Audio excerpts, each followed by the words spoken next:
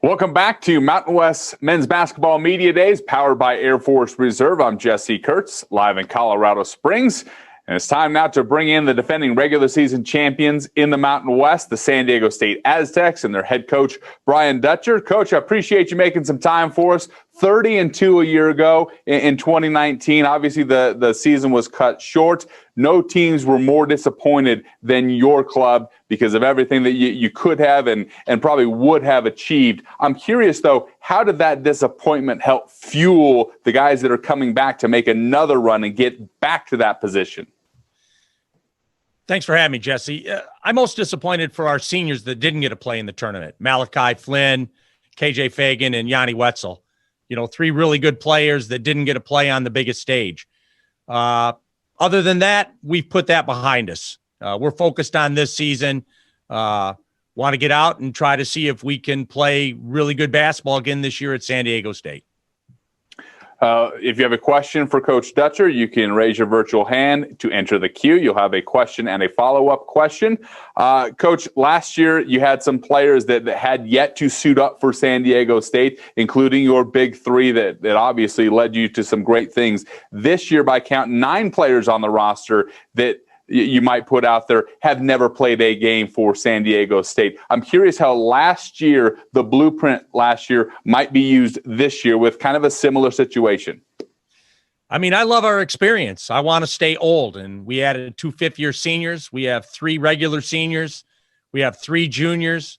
We have a sophomore that are all going to be counted on this year. And with that being said, I've got 3 really good freshmen. So we've got talent, we've got depth, and now we have to see if we can play like a team at both ends of the floor. And that's always been the trademark of San Diego State, playing at both ends, obviously defense setting the tone, and then playing unselfish basketball at the offensive end.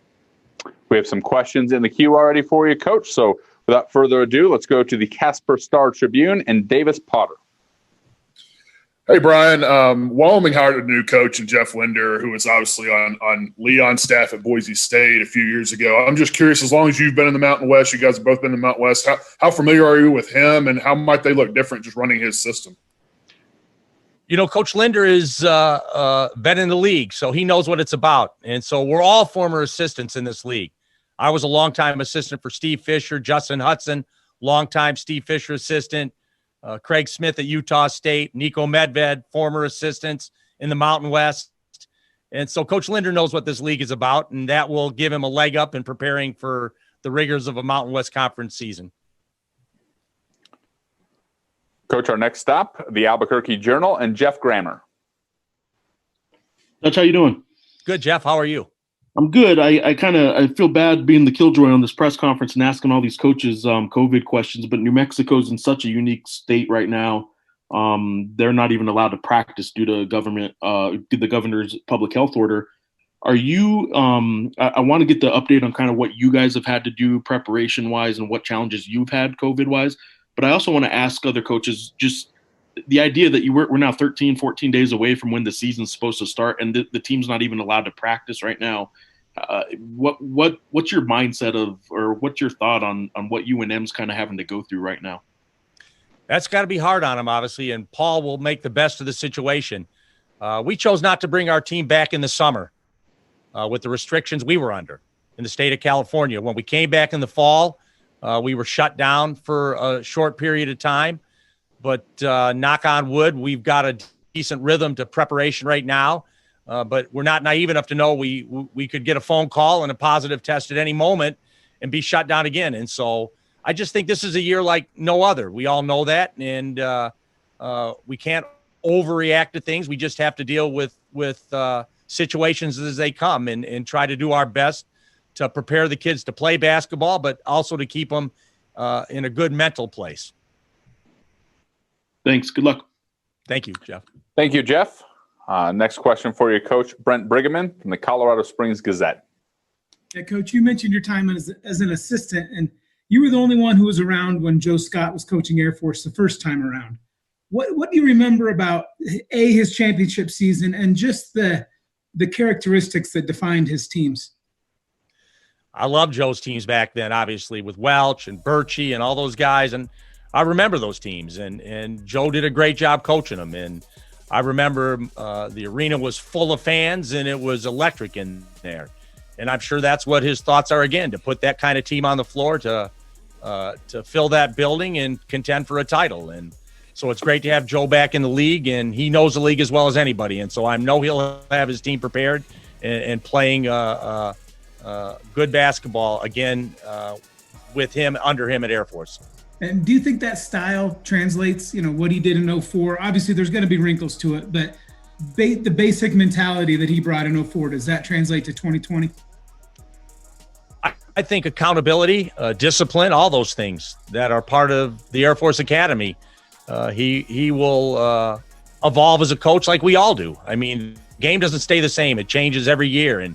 And so he will evolve what he's doing based on lessons he's learned along the way at Air Force, at Princeton, as an assistant at Georgia. And he'll bring all of that and continue to be the coach that he's always been, which is one that requires accountability and discipline in his program. Thank you, Brent. Next question for you, Coach Dutcher, is Ajay Salvesen in Salt Lake City with the Fan. Hey, Coach. Good morning. You and Utah State have become very familiar with each other in the past couple of years. With the absence of Sam Merrill, what do you see out of this team, and do you feel like they could still be a threat in the Mountain West Conference? Craig's doing what we pride ourselves at San Diego State. We're not a one-hit wonder. We have a program. And so the faces change, but the base is there, and he's got a great base. And with Bean and Kada back to just start off their program, they're going to be good again. Those are two really good players, and the pieces around them that he has coming back, they're going to be competitive, and they have a program now. They're not a one-hit wonder. And then I wanted to ask about Malachi Flynn. You lose him. What is the depth like at the backcourt position, both a point guard and in shooting guard? We have great depth, and we'll have players like Trey Pulliam that played behind KJ and Malachi last year that didn't get the opportunity that he probably deserved. We'll have a chance to step out on the floor and showcase what he's about. And we're really excited about Trey. Obviously, Terrell Gomez, our fifth-year transfer from Northridge, is a first-team all-conference player from the Big West, and he's proven himself well in practice so far. And we have a lot of really good pieces. So the thing we're going to have to learn is how we're going to close games, and that's just all about playing now finally. So I like our pieces, and I like our team. Thank you, Ajay. Next question from Jake Garagnani from CBS in San Diego. Hey, Dutch, I hope you're doing well. I think basketball, more than any sport, relies on a lot of energy from fans, especially Viejas, as you know, can get pretty crazy and bring a nice home court advantage.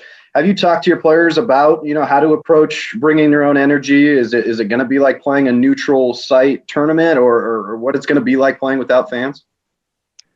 It's going to be a different dynamic. Obviously, our fans have won us games at Viejas. If we get down, they never quit on us. They stay in the game, and they create a lot of energy for us at times. So it's going to be a year like no other, and that's going to be everywhere we play. We'll go to some places where they may have a certain percentage of the stands filled, but we'll bring our own energy. We'll play with great pride and passion and try to represent San Diego State the way we have over the years. And I'm curious about expectations. Obviously, on the outside, expectations could be higher given the year you've come off of, but you've made it very clear that your guys' expectations are all you guys care about, and they're going to be higher than any outside expectations. What are your expectations going into this year, and what are the players' mindset on the expectations you guys have? Our expectations are that we play passionate and perfect basketball at the defensive end, and that we share the ball on offense and try to find out who the hot hand is and know that from a game-to-game basis and ride that hot hand. So a lot has changed since Steve Fisher was the coach here. It's a defensive program and a program that shares the ball at the offensive end.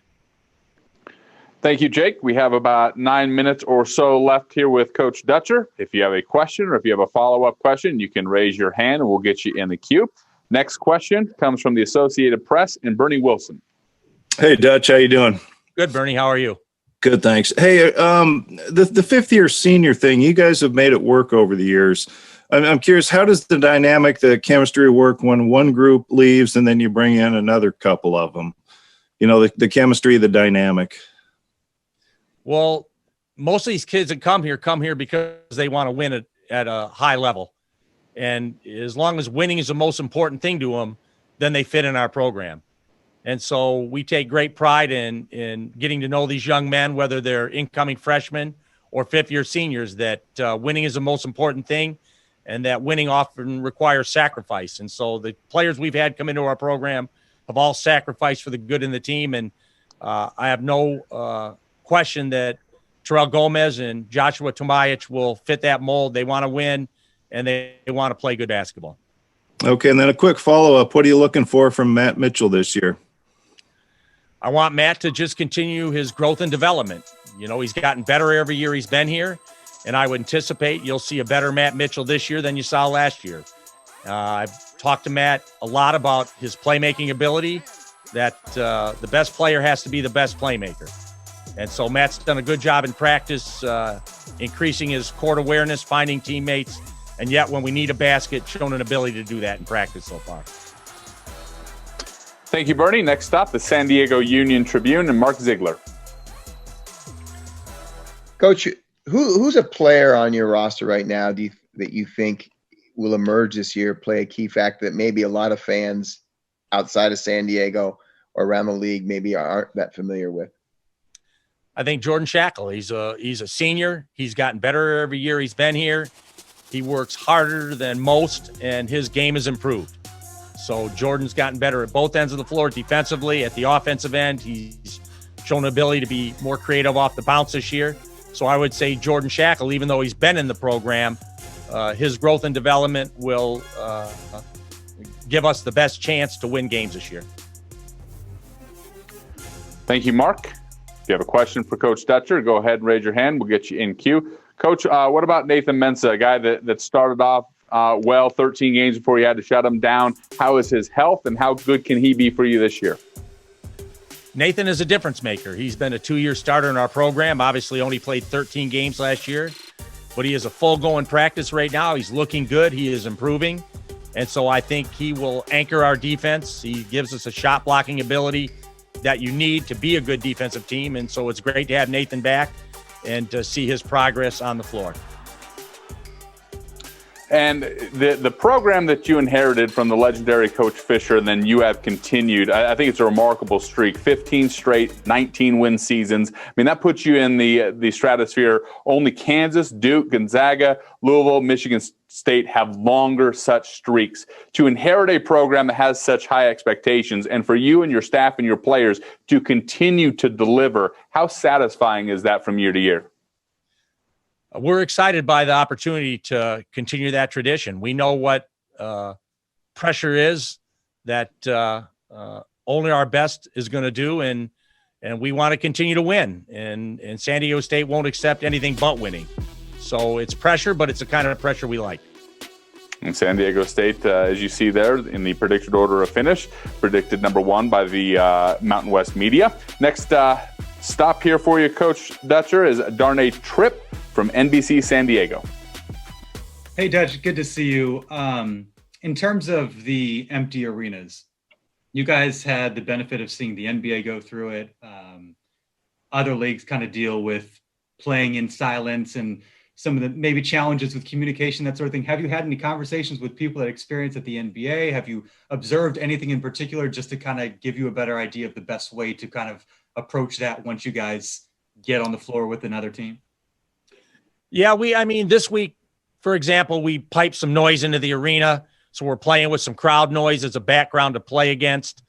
I think the team would like to turn it up so they wouldn't have to listen to me as much. So we may turn it up louder than it is in a normal game. But we're trying to do some things to give us that atmosphere without being distracting. And so it's the new normal for this year that we're going to play in empty arenas and going to have to generate our own enthusiasm, excitement on the floor, and I think we'll do that. And going into the season or into practice, I guess, was it as simple as in terms of your rotation, Jordan, Mitch, Mensah, then you figure out the other 2 spots? And if that's the case, do you have a pretty clear idea of what 5 guys will be out there on November 25th to start your first game? We're getting closer to that. But with that being said, there's a lineup I like to start the game, and there might be a lineup I like to close the game.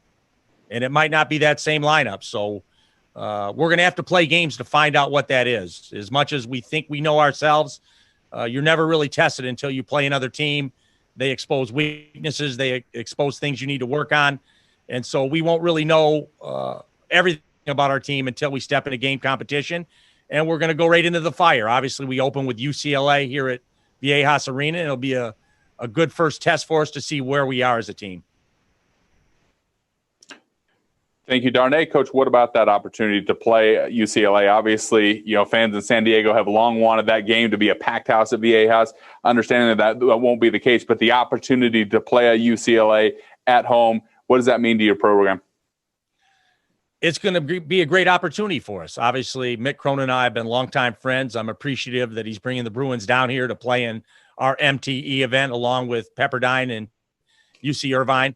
So we're excited with that opportunity to open the season. But we've got other challenging games. We got Arizona State, obviously BYU, trying to finish up a contract right now with St. Mary's. And so we're going to be challenging the non-conference schedule, but I think that's a good thing in these COVID times that we may not have as many games, but the games we've decided to play are all high-quality games.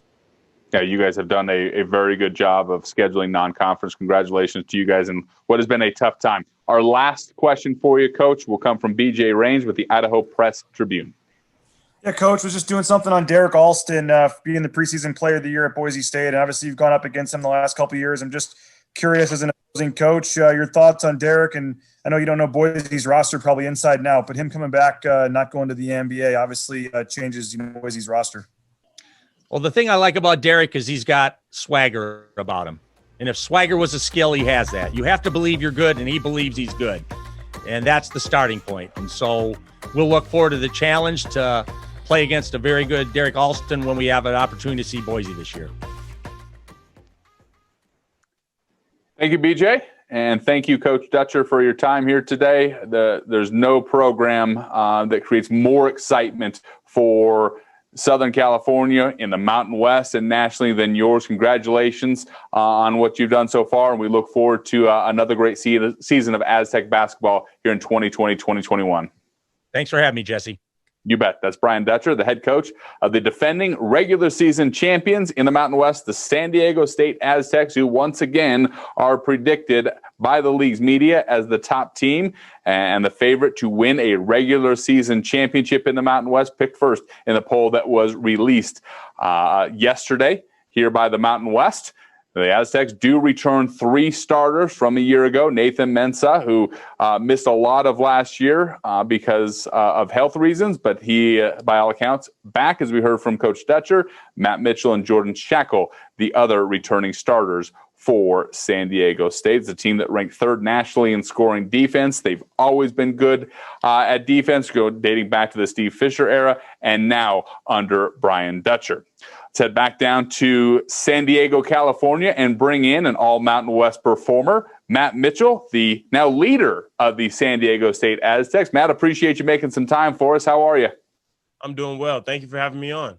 You bet. It's great to see you. So this, by all accounts, is your team now. And Coach Dutcher's talked about what is going to be put on you as a leader, expectations, whether it's production on the court, leadership on the court, leadership off. How have you prepared yourself for that responsibility?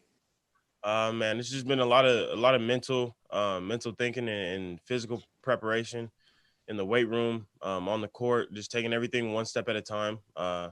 I mean, when I came in here as a freshman, everything was moving 1,000 miles an hour. Now I feel like it's moving at like 5. So I'm able to maneuver and control things the way I want it to, and see how it goes. And this year is. I see it as no way to end in my senior year here, in my career here. I can't wait. If you have a question for Matt Mitchell, please go ahead and raise your hand, enter the queue. We'll get you queued up and called upon. Our first question for you, Matt, is from Mark Ziegler from the San Diego Union Tribune. Hi, Matt. I asked Dutch the same thing. What player do you think is going to emerge this year that maybe people outside of San Diego aren't familiar with? I would say, other than Jordan Shackle, I'd say Nathan Mensah. And last year, he proved to be a very big factor for us on the defensive end. But I think his offensive game is coming along really well. Also, and on both sides of the floor, he's going to look to dominate. And I see he can't do anything less. And I think the sky is the limit for Nate. I think that people are keeping him in their rearview mirror, and I think it's time for him to show some light and come to light. And of the freshmen, what can you tell us about the freshmen? Is there one of the freshmen you feel like is emerging and is starting to establish himself? Lamont Butler, he's definitely starting to establish himself. And he's a guy I've known for a while. We grew up playing together, playing against each other, and just watching him grow and his game grow has. You just seen it. Hindsight 2020. Just now, I think he's going to look to dominate over the course of his years here at San Diego State, and in his freshman year, look to play sound elite basketball at a high level. Thank you, Mark. Next up, Jake Garagnani from CBS in San Diego. Hey, Matt, you've never really struck me as a guy that ever took this game for granted, but I'm curious, has there been a renowned sense of thankfulness to be able to play basketball, given everything you've gone through, watching the game being taken away from your senior friends last year? I mean, how is your mindset of being able to play the game going into this year opposed to maybe years past? Most definitely. You see a bit of that taken for granted aspect of it. And last year, just the dread to go to practice and the dread to go to the weight room and have to step up to the plate every day, and sometimes one a day off. And now you go into it and you have basketball taken away from you for those some odd months, and now you just come into it with the mindset that you're going to treat it like it's going to go away tomorrow again, because we know that possibility is there. So right now we're taking it one step at a time, cherishing all these moments that we have together by ourselves whenever we can get time in the gym. So right now we're really cherishing everything we have and taking everything into account. With that being said, how much, with the season this close, how much are you guys chomping at the bit to get back out on the hardwood and play a competitive game? Very much so. Very much so. We're chomping at the bit. Very close here. I mean, we're open against UCLA. Sorry about that. And so I see that as a really good point to see where our team is. And so I think just knowing that we are here a few weeks away, the guys just can't wait. Can't wait to get out there on the floor and compete. We compete every day in practice, and I think as it gets closer, we're going to get tired of competing against each other, and we're just ready to take out our frustration and our anger out on somebody else. Thank you, Jake. Our next stop, Darnay Tripp with NBC7 in San Diego. Hey, Matt, good to see you. I'm assuming that you caught some of the NBA games in the bubble. They had a completely different environment. I mean, kind of they essentially built an arena just for that setting. So it was a different setting from what you guys are going to experience. But Dutch said that you've practiced with some crowd noise. You got to observe that. Just curious your thoughts, having seen what they did, what the environment was like, maybe experiencing a bit of in practice, and what you expect it to be like once you guys are out in the game. Artificial crowd noise, no fans in the building. You know what? I'm not expecting the best of any situation, just knowing we are at the college level. But I do know that the noise will be there, and it will be of assistance. But at the same time, we have to bring our own energy, and that's what it's going to be about for the amount of games that we have this year. So I'm not too worried about the crowd noise and what they can flush into the arena. I'm just more worried about the energy we bring to the table, and I think that we are second to no one when bringing energy coming off the bench, starting five, whoever it is. We are our own energy, and our fans created that, and they definitely won games for us and made a factor in my past years being here, and even years past and just watching games. But we definitely have to be our own energy this year, and we know that coming in, and we'll definitely step up to the plate. Dutch said he wasn't ready to put out the starting five. I'll go out on a limb and guess that you're going to be one of those five that's on the floor when you guys start November 25th against UCLA. What have you seen just in terms of competition for those other spots and just the potential of whatever that rotation might look like once you're there? Because there is some competition. It's not a given what five guys will be on the floor. Most definitely. I'd hope I'd be in the starting five. But the way I see it, all these guys are here to compete for spots, and not only for spots, but to win. And right now, I feel like it's very neck and neck, and these guys are going at each other every day in practice. We're all going at each other every day in practice, and not taking anything for granted, because your spot can be gone just like that if you don't show up and perform in practice, because you don't have scrimmage games, you don't have the warm-up game. Playing against a Pac-12 team that we have in the past, and playing against Point Loma in a scrimmage as we have in the past, and having an exhibition game. So you have to step up to the plate now.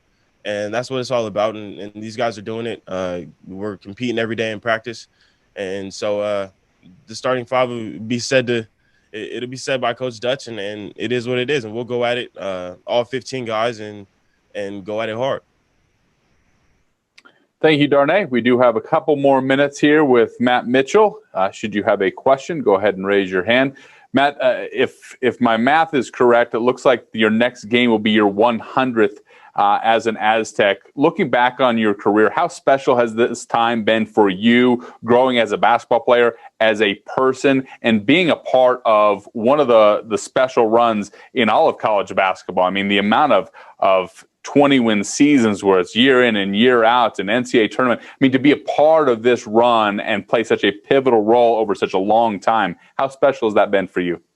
Man, that's really special. I didn't even know it was going to be my 100th game. But I mean, that's very special to me. And this means the world to me, being able to play another year for the Aztecs and going out there and being able to put it out there, not only for my family, but for the Aztec community, for everybody that stood behind me for the past 4 years. It's just really big time. I feel like over the course of my 4 years, my game has grown. I've grown as a person, and just seeing so many different things just at a college aspect that not a lot of guys have had the opportunity to see and endure. So I'm definitely going into this, not taking anything for granted, and going to leave it out on the floor.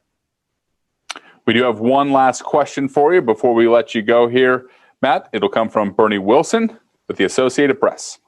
Hey, Matt, how you doing? I'm doing well. How about yourself? Good, thank you. Dutch said the disappointment of missing the NC2As last year, his biggest disappointment was for the seniors who didn't get a chance to play. For the returning guys, you guys expected a high seed, a 1 or a 2, maybe. Is there still a lingering sense of disappointment, or do you guys use that as motivation for this year? Back to NC2A? Yeah, definitely. I've let all disappointment go. By I think I'm out of disappointment, out of the stress over not being in the tournament. But I do take that motivation that we were in contention. And these guys that were here, you definitely take that as motivation to go into this year and to take it to all these teams that we have to play again, and take it one game.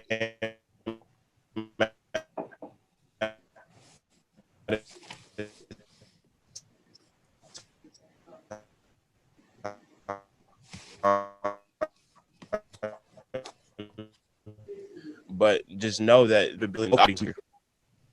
Okay. Thank you. All right. Well, thank you, Matt. I appreciate your time here today.